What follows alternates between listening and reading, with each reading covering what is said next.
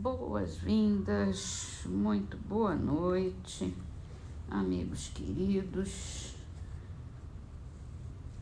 Vamos começar com a Agenda Cristã de André Luiz, psicografado por Chico Xavier, Medicamentos Evangélicos. Viva desassombrado, demonstre coragem, revele calma, respeite tudo, ore confiante, vigie benevolente, caminhe melhorando, sirva hoje, espere o amanhã. Livro dos Espíritos. Hoje a gente começa a segunda parte do Livro dos Espíritos, que é do Mundo Espírita ou Mundo dos Espíritos. E o primeiro capítulo é dos Espíritos. Origem e natureza dos espíritos. Que definição pode-se dar de espíritos? Pode-se dizer que os espíritos são os seres inteligentes da criação, povoam o universo fora do mundo material. E Kardec bota uma nota aqui. A palavra espírito é empregada aqui para designar as individualidades dos seres extracorpóreos e não mais o elemento inteligente do universo. É uma nota de esclarecimento. No livro que é o Espiritismo, continuando com a palestra, com a conferência com o visitante cético, ele diz, deixa eu só comentar de ontem que uma coisa se liga à outra. Ele tinha falado dos sábios, né, que já tiveram a oportunidade de reconhecer o Espiritismo e não reconheceram, e Kardec fala que eles não reconheceram porque eles não são infalíveis e são refratários às ideias novas. E aí o visitante fala: admito perfeitamente que eles não sejam infalíveis, mas não é menos verdade que, em virtude de seu saber, sua opinião vale alguma coisa, e que, se ela estivesse do seu lado, daria grande peso ao seu sistema. E Kardec responde: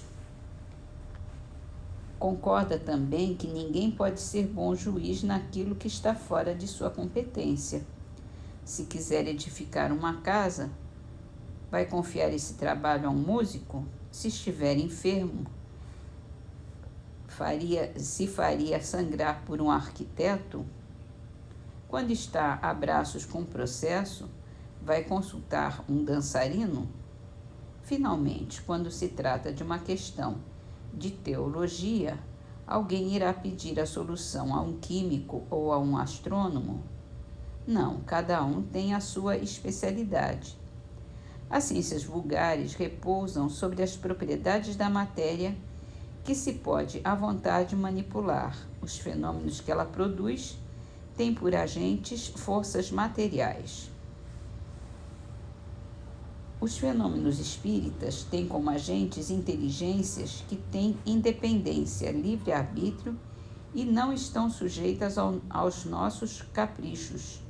Por isso, eles escapam aos nossos processos de laboratório e aos nossos cálculos, e desde então ficam fora dos domínios da ciência propriamente dita. A ciência se enganou quando quis experimentar os espíritos, como experimenta uma pilha voltaica. Foi mal sucedida como devia ser, porque agiu visando uma analogia que não existe, e depois, sem ir mais longe, concluiu pela negação, juízo temerário que o tempo se encarregou de ir emendando diariamente, como já tem emendado outros, e aqueles que o preferiram restará a vergonha do erro. Acho que é aqueles que o proferiram. Restará a vergonha do erro de se haverem levianamente pronunciado contra o poder infinito do Criador. As corporações sábias não podem nem jamais poderão pronunciar-se nesta questão. Ela está tão fora dos limites do seu domínio como a de decretar se Deus existe ou não. É assim um erro fazê-las juiz dela. O Espiritismo é uma questão de crença pessoal que não pode depender do voto de uma assembleia, porque esse voto, embora lhe fosse favorável, não tem o poder de forçar convicções. Quando a opinião pública se tiver formado a respeito, os membros dessas corporações a aceitarão sob o poder dos fatos. Deixem passar essa geração levando os prejuízos do seu obstinado amor próprio e verá que se há de dar com o Espiritismo o mesmo que se deu com tantas outras verdades, tão combatidas e de que hoje seria ridículo duvidar. Hoje chamam loucos aos crentes, amanhã será a vez dos que não crerem. Foi o mesmo que se deu com os que acreditavam no movimento de rotação da Terra. Nem todos os sábios, porém, julgaram do mesmo modo. E notem que agora chamo sábios aos homens de estudo e saber, tenham ou não tenham um título oficial. Muitos fizeram o seguinte raciocínio, e aqui é uma transcrição. Não há efeito sem causa, os efeitos mais vulgares podem conduzir-nos à solução dos mais difíceis problemas. Se Newton não tivesse prestado atenção à queda de uma maçã, se Galvani tivesse repelido sua serva e lhe chamasse visionária e louca, quando esta lhe falou das rãs que dançavam no prato, talvez ainda estivéssemos sem conhecer a admirável lei da gravitação universal e as fecundas propriedades da pilha elétrica.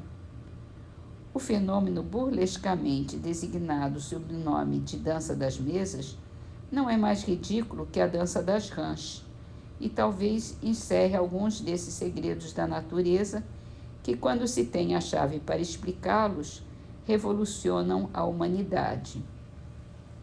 E disseram ainda, já que tanta gente se ocupa com eles e homens notáveis fizeram deles o objeto de seu estudo, é preciso que alguma coisa de verdade se encontre em tais fenômenos. Uma ilusão, uma farsa, se quiserem, não pode ter esse caráter de generalidade. Seria divertimento para certo círculo, para certa sociedade, mas não daria a volta ao mundo. Guardemo-nos, pois, de negar a possibilidade do que não compreendemos, com receio de receber mais cedo ou mais tarde o desmentido que desabonaria nossa perspicácia. Também é uma transcrição isso. E ainda vai continuar esse item, oposição da ciência. Então, vamos terminar nossas leituras de hoje com a frase de Bezerra de Menezes. Antes de cogitarmos do problema de sermos amados, busquemos amar, conforme o inesquecível orientador que nos observou.